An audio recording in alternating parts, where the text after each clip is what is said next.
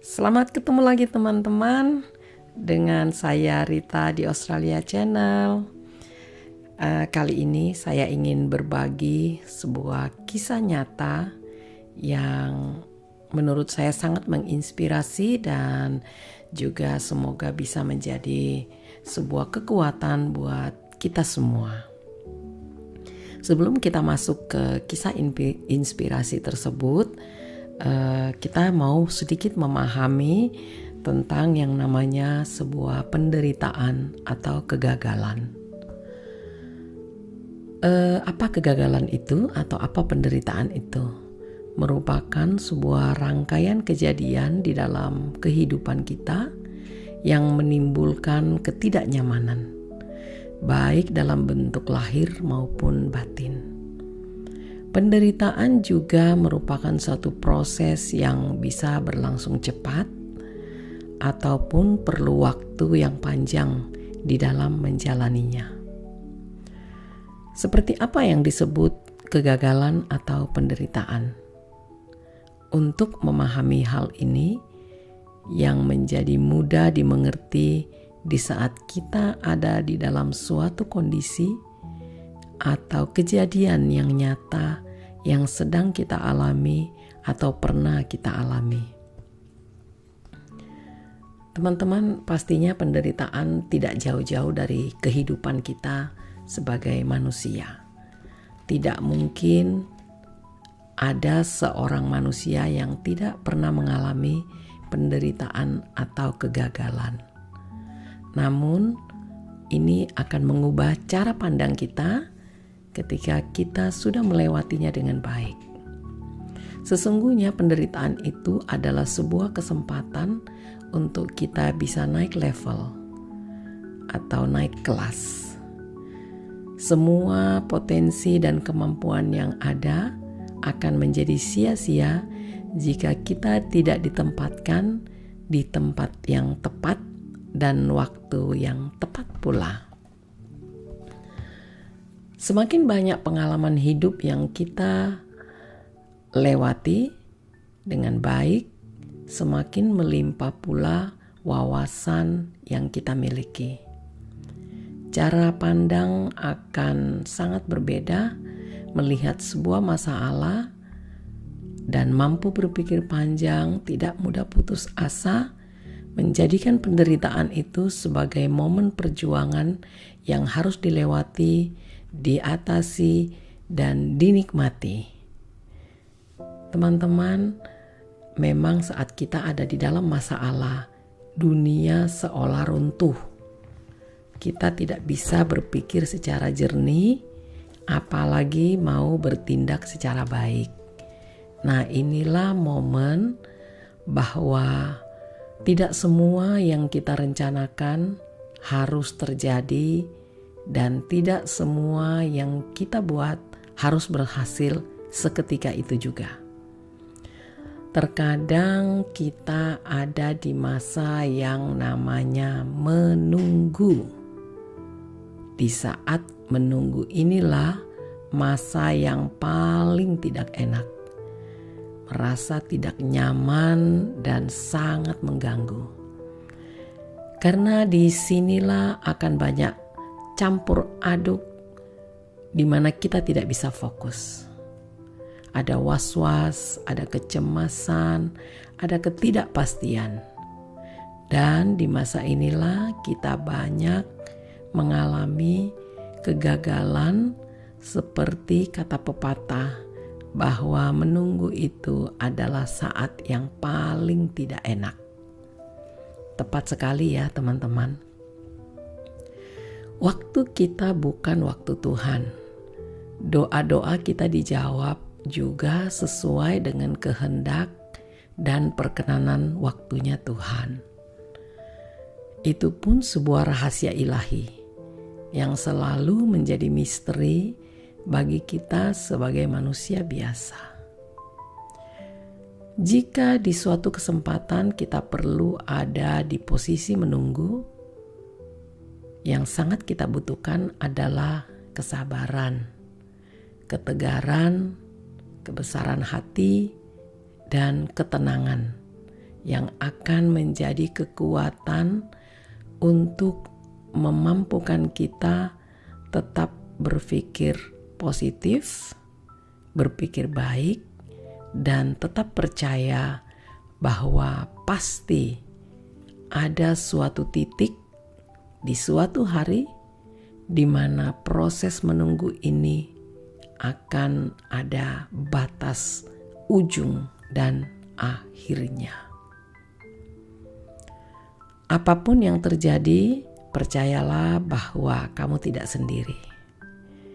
Bahwa Tuhan selalu merancangkan yang terbaik bagi umatnya.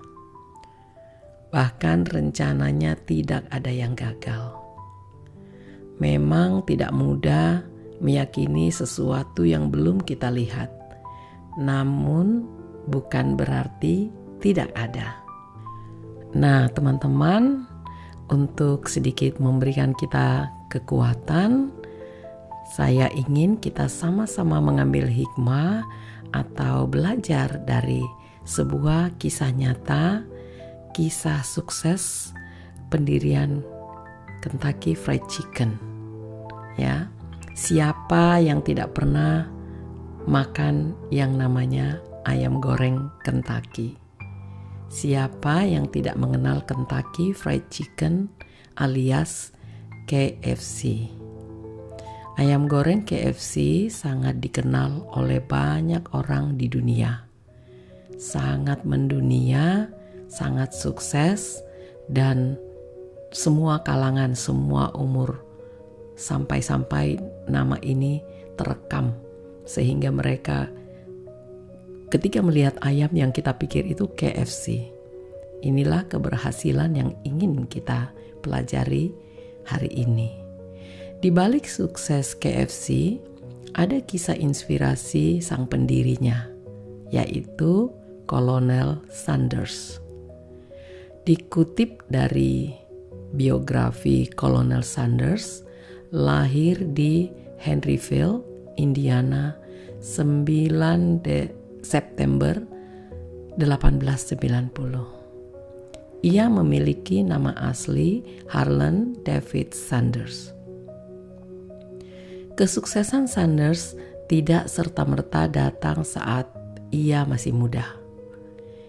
Di usianya yang ke-6 tahun, sang ayah meninggal dunia.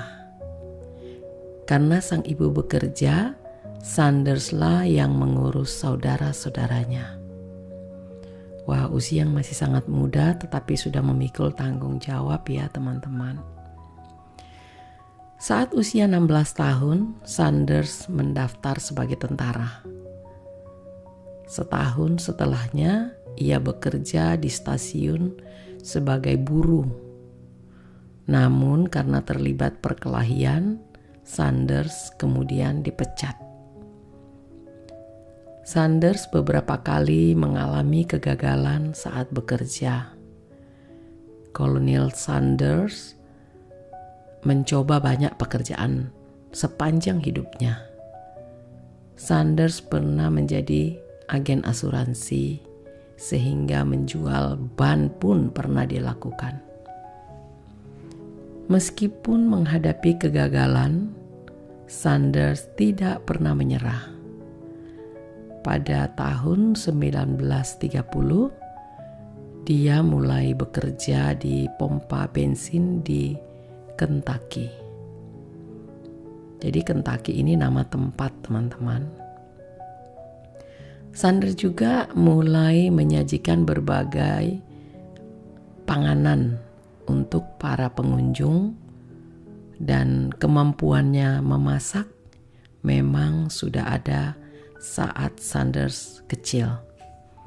Jadi mungkin karena ini sudah terlatih ya, sebagai anak yang selalu menjaga adik-adiknya, maka dia otomatis akan mempersiapkan atau masak ya untuk adik-adiknya tersebut.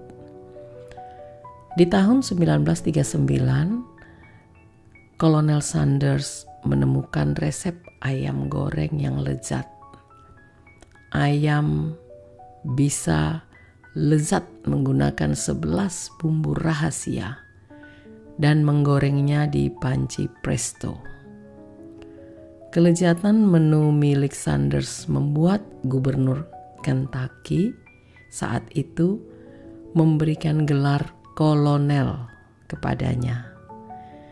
Gelar ini merupakan gelar tertinggi yang diberikan oleh pemerintah.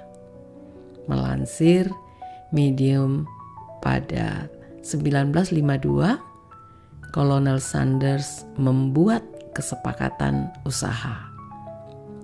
Ia menjual resep ayam miliknya dengan kesepakatan mendapat royalti dari hasil penjualan tersebut. Kolonel Sanders mendapatkan royalti sebesar 4% setiap sepotong ayam yang terjual. Dia juga membuat kesepakatan yang sama dengan beberapa restoran lokal. Dan pada tahun 1955, Kolonel Sanders dan istri mulai berkeliling untuk menawarkan kerjasama dengan beberapa restoran. Dan di tahun 1964, Sanders memiliki lebih dari 600 cabang franchise di berbagai daerah. Teman-teman, itu kisah singkat keberhasilan dari Kolonel Sanders yang dapat menginspirasi kita bahwa kerja keras tidak pernah mengkhianati hasil. Proses kehidupan setiap orang berbeda. Memang ada beberapa orang yang sudah terlahir memiliki segalanya. Namun kalau juga tidak diusahakan dengan baik, tidak dijalankan dengan bijaksana, maka bisa di suatu titik mengalami kehancuran.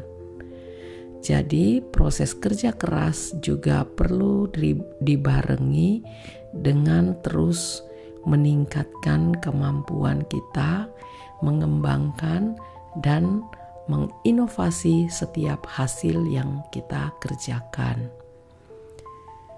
Usaha tidak perlu yang harus sebesar apa, tetapi kita bisa memulai dari hal-hal yang kecil. Memang terkadang tidak mudah karena tidak semua orang punya mindset atau cara berpikir yang seperti dilakukan oleh Kolonel Sanders ini ya. Jadi kalau kita baca utuh dari kisahnya, itu di usianya dia yang ke 64-65 inilah beliau baru memulai usaha tersebut. Ya, jadi pasang surut kegagalan di dalam proses melakukan usahanya itu tidak mudah. Di beberapa tempat saya sempat membaca dia ditolak berkali-kali, bahkan sampai ribuan kali. Nah teman-teman, kita bisa nggak ya seperti itu? Ketika kita mengalami penolakan, apakah kita masih mampu untuk terus berjalan, berusaha, dan ya ada istilah yang bilang muka kita sampai jadi kayak muka tembok. Tidak gampang ya. Namun sekali lagi saya percaya di luar sana banyak teman-teman yang memang punya jiwa pengusaha, jiwa entrepreneur. Nah, teman-teman bisa untuk terus berjuang tanpa merasa kamu gagal sebelum kamu mencapai apa yang kamu inginkan. Nah, memang perasaan ini tidak bisa kita hindari, di mana beberapa orang terkadang mencibir, tidak menganggap kita, dan mungkin mengolok-olok kita. Ya, buat teman-teman yang memang kamu terpanggil untuk bekerja, ya di dalam pekerjaan pun harus kita lakukan dengan baik. Kalau cara kerja kita tidak baik, maka pastinya pekerjaan itu bisa saja mengalami sesuatu atau mungkin kita diselesaikan kontraknya, tidak diperpanjang ya. Saat ini kita melihat betapa banyaknya pencari kerja di mana orang-orang merasa lapangan pekerjaan itu tidak cukup berimbang dengan pencari kerja. Oleh sebab itu, saya mengencourage kita semua atau teman-teman yang memang bisa, kenapa tidak? Kali ini kamu mencoba sesuatu yang berbeda. Ya, seperti kisah yang baru saja kita pelajari tersebut. Memang tidak akan gampang karena kamu harus memulainya dari nol. Namun kekuatan, kepercayaan diri, talenta bisa membawamu naik ke atas. Setiap perjuangan dan kerja keras pasti ada hasilnya. Percayakan itu. Percayalah bahwa kalau orang lain bisa berhasil, maka kamu pun pasti bisa berhasil. Jangan gampang menyerah. Jangan gampang berputus asa. Maju terus, coba lagi, dikoreksi lagi. Mungkin ada beberapa hal yang perlu kamu perbaiki. Mungkin ada beberapa tempat yang perlu kamu lihat. Ya, jangan terlalu gampang untuk diombang-ambingkan oleh info-info yang belum tentu kebenarannya. Perlu double check, perlu diteliti ulang. Ya, jadi saya percaya bahwa apabila teman-teman terus melakukan percobaan ini dengan terus menginovasi dan terus belajar dari kegagalan-kegagalan ini, maka teman-teman juga pasti suatu hari bisa berhasil seperti yang kita baru saja pelajari bersama, kisah dari Kolonel Sanders. Teman-teman, memang tidak mudah untuk menjadi seorang entrepreneur atau pengusaha. Saya banyak berteman dengan teman-teman yang melakukan usaha. Banyak pasang surut yang mereka lewati, banyak penolakan, bahkan banyak tantangan yang terkadang membuatnya ingin mundur. Namun teman-teman, kalau kamu tahu, yang tahu dirimu adalah kamu sendiri. Kalau kamu tahu bahwa kamu punya kemampuan di situ, maka kamu harus terus fight, terus berjuang, dan terus maju. Jadi teman-teman, perlahan-lahan tetapi pasti, ubah cara pandang kita, ubah mindset kita. Belajar, melihat, dan banyak bertanya.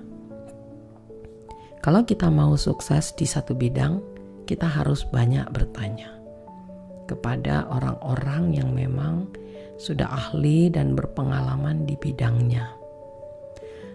Dalam setiap usaha atau pekerjaan apapun, kalau kamu kurang memahami, maka kamu tidak boleh malu untuk bertanya. Bertanya itu tidak akan merugikan kita, tetapi justru membuat kita jauh lebih baik. Nah, memang ada beberapa hal yang harus kita perhitungkan, yaitu ketika kita bertanya, kita juga perlu menggunakan bahasa yang baik, tata krama, sopan santun, perlu kita perhatikan. Karena mungkin pertanyaan kita yang sebenarnya baik-baik saja, apabila kita ucapkan di waktu yang tidak tepat, maka orang pun bisa tersinggung atau tidak memberi kita jawaban yang kita harapkan. Jadi pandai-pandailah melihat momen, melihat waktu yang tepat, atau mungkin bisa buat janji dulu sebelum menemui orang tersebut. Ada kebiasaan unik mungkin di kota besar ya, atau di luar negeri. Kalau kita mau bertemu seseorang, biasanya kita buat janji dulu. Ya kalau mungkin bisa dihubungi lewat ponsel, ya kita SMS dulu. Ada waktu nggak ya, saya ingin bertemu, atau saya ada keperluan. Kapan Mbak, Mas, atau Bapak, Ibu punya waktu? Nah, biarkan orang tersebut yang memutuskan kapan dia punya waktu untuk bertemu kita. Jadi tentunya dia pun mencari waktu yang sesuai dengan waktunya dia. Ya, kita kan tidak tahu kesibukannya mereka apa. Nah, kalau kita yang menentukan, ya mungkin saja dia menyediakan waktu, tetapi waktunya bisa saja terburu-buru. Nah, jadi memang pandai-pandailah di dalam memanfaatkan situasi dan kondisi. Lalu sebelum kita bertemu atau setelah kita janjian akan ketemu, mungkin teman-teman bisa membuat catatan kecil. Jadi nanti kalau bertemu, kamu sudah tahu apa yang akan kamu bicarakan atau kamu tanyakan. Ya, mungkin beberapa pertanyaan itu akan menjadi solusi di dalam usahamu. Ya, misalnya menanyakan bagaimana, dari mana saya harus memulai, atau mungkin minta pendapat tentang sesuatu yang kamu sudah jalankan namun belum berhasil maksimal. Jadi memang bertanya ini adalah kunci dari sebuah keberhasilan. Tanyakan hal-hal yang berkaitan dengan usahamu, dengan pekerjaanmu, dengan apapun yang kamu lakukan. Ya. Dan karena kita tidak tahu ya, orang yang kita ajak bicara itu mungkin cukup sibuk dan sebagainya, itulah catatan itu sangat membantu apabila teman-teman menggunakannya. Tapi saya rasa di kehidupan nyata kita pun selalu sama ya. Misalnya kita bertemu dengan seseorang atau kita pergi dalam pengurusan surat-surat, tentunya kita sudah harus tahu bahwa apa yang kita tanyakan, sehingga kita tidak membuang-buang waktu kita, apalagi membuang-buang waktu orang. Juga yang perlu kita perhatikan, kalau kita buat janji untuk bertemu orang, jangan malah kita yang telat. Kalau janji ketemu jam 10, teman-teman sebaiknya paling lambat 15 menit sudah ada di sana. Ya, jadi jangan malah orang tersebut yang menunggu kita. Ya, itu satu karakter yang jelek banget kalau kita tidak perhatikan. Ya, jaga-jaga aja di jalan, ada kemacetan atau kendaraan kita mungkin bisa bermasalah dan sebagainya. Jadi jangan pergi itu mepet-mepet. Lebih baik kita yang menunggu, ya, sehingga kita tidak tahu, mungkin di lain kesempatan kita ingin bertemu lagi, maka orang tersebut akan dengan senang hati membantu kita untuk follow up apa yang sudah disarankan kepada kita dan sejauh mana kita sudah melangkah. Ya, saya punya pengalaman banyak tentang mementori teman-teman. Jadi saya juga kepingin tahu, setelah saya memberikan masukan atau beberapa ide, kita juga ingin tahu gitu bahwa apakah itu berjalan atau memang ada hal lain lagi yang perlu kita review ulang atau cek kembali. Nah, jadi makanya teman-teman, komunikasi adalah kunci yang paling baik di dalam melaksanakan sebuah pekerjaan, sebuah usaha, sebuah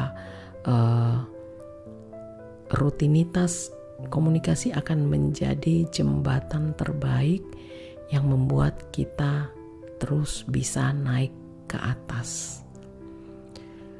Kalau kamu belum terlalu pandai untuk mengungkapkan apa yang harus kamu komunikasikan ke orang lain, ya mungkin kamu perlu sedikit menulis apa-apa saja yang ingin kamu sampaikan. Ya, seperti tadi itu kita bicara ada catatan kecil. Itu akan sangat menolong agar kita bisa fokus dan efisien waktu, ya. Oke. Yang lain juga kita tidak boleh yang namanya anti untuk dikritik. Kritik itu adalah masukan yang sangat membantu agar kedepannya lebih baik. Ya memang kalau kita lihat terkadang ada beberapa orang yang suka nyinyir gitu ya, negatif atau ingin menjatuhkan. Tapi teman-teman pasti bisa memilah-milah mana kritik yang bisa kita ambil sebagai kritik membangun dan mana yang hanya akan menjatuhkan kita. Mental seorang pekerja keras, apalagi pengusaha, itu harus keras seperti baja, tidak gampang diruntuhkan. Cara pandang dan mentalitas serta mengatur waktu termasuk komunikasi, itulah kunci-kunci keberhasilan di dalam sebuah kerja keras. Kerja keras kalau tidak dibarengi dengan semua itu juga, ya kita akan jadinya kerja bakti, ujung-ujungnya tidak menghasilkan. Ya, jadi teman-teman jangan takut untuk melangkah, jangan ragu sebelum kamu mencoba. Ya, usaha apapun, pekerjaan apapun, jangan malu. Catatan terpenting adalah yang kamu lakukan itu halal dan baik. Kenapa kamu harus malu? Kalau kita lapar, memang ada orang yang siap ngasih beras setiap bulan atau setiap minggu. Nah, kita harus berjuang untuk diri kita sendiri, ya kan? Jadi teman-teman, tetaplah semangat, jangan mudah patah arang, jangan mudah menyerah. Sepanjang hayat masih dikandung badan atau sepanjang kita masih bernafas, kita masih punya yang namanya kesempatan. Ingat ya, Kentucky Fried Chicken-nya dimulai saat usianya sudah 60 plus. Berarti tidak ada yang terlambat. Tidak ada kata terlambat untuk sebuah keberhasilan. Nah, teman-teman, jika kamu punya kisah-kisah yang menarik, kamu juga bisa komen ya, kasih tahu saya agar kita bisa terus saling berinteraksi. Tetap semangat, tetap jaga kesehatan, tetap berjuang, dan selalu bermental positif atau bermental pejuang. Karena hanya orang yang masuk di arena pertandingan yang punya kesempatan untuk menjadi sang juara. Kalau kamu tidak pernah ikut bertanding, bagaimana kamu bisa menjadi juara? Kalau kamu tidak pernah mengikuti sebuah kompetisi, bagaimana kamu punya kesempatan untuk menjadi pemenang? Nah, teman-teman, kiranya teman-teman juga semua bisa terinspirasi dan terus menjadi orang yang menginspirasi sesama. Terima kasih yang sudah mendengarkan, nonton sampai akhir, yang sudah subscribe, like, and comment, dan teman-teman yang belum juga bisa lakukan sekarang. Kita ketemu lagi di video yang berikutnya. Dan percayalah bahwa kesempatan tidak pernah membuat kamu terlambat untuk berhasil. Ciao.